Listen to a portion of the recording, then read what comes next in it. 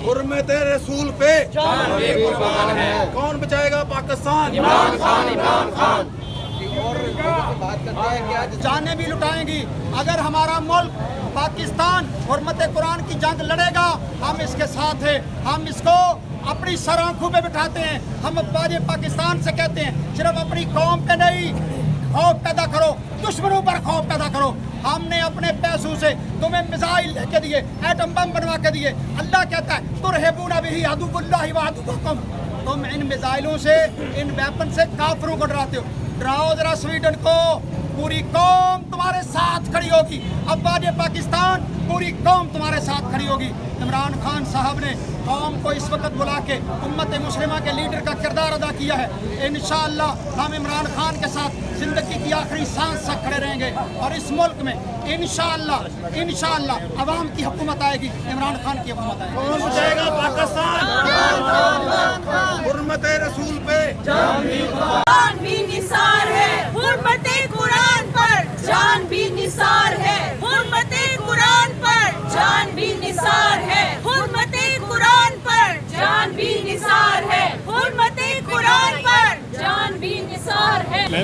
क्या कहेंगे? आपने पीटीआई का झंडा भी उठाया हुआ, आज इस हवाले से क्या कहेंगे? पीटीआई का झंडा तो इसलिए उठाया कि इमरान खान की कॉल है और मौलाना फजलुर रहमान, पीडीएम, किसी को ख्याल नहीं आया।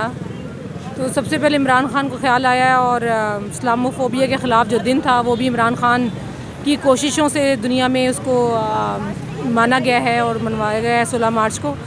अब मुझे बड़ी उम्मीद है कि इमरान खान इंशाअल्लाह फिर एफ़र्ट करेंगे और एक ऐसा इंटरनेशनल क़ानून बनाने की कोशिश करेंगे कि किसी भी मज़हब की तौहीन अगर किसी मुल्क में होती है तो उससे माशी और सियासी और तमाम ताल्लुकात ख़त्म किए जाएँ।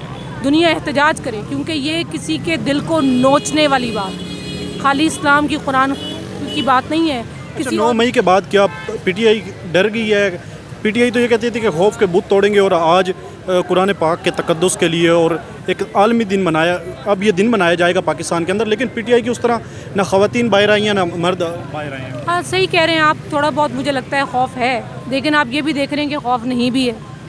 तो आहिस्ता आहिस्ता इंशाल्लाह ये जो सारी काविशें हुई हैं पीडीएम की पीटीआई के ख़िलाफ़, ये आहिस्ता आहिस्ता दम तोड़ रही हैं। लोग निकलेंगे और निकल रहे हैं इंशाल्लाह।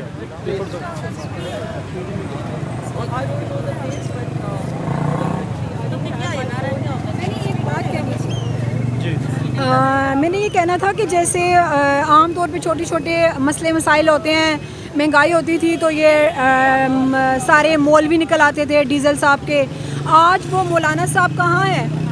मतलब इस्लाम का जो इतना बड़ा ठेकेदार बनता है वो आज कहाँ पे है? वो तो मुझे कहीं भी नहीं नज़र आ रहा। हमेशा जहाँ पर भी इस तरह के वाक़यात हुए हैं, मौलाना साहब की आवाज़ हमेशा बंद रही है। उनको थोड़ी शर्म करनी चाहिए, मरने का मुकाम है उनके लिए।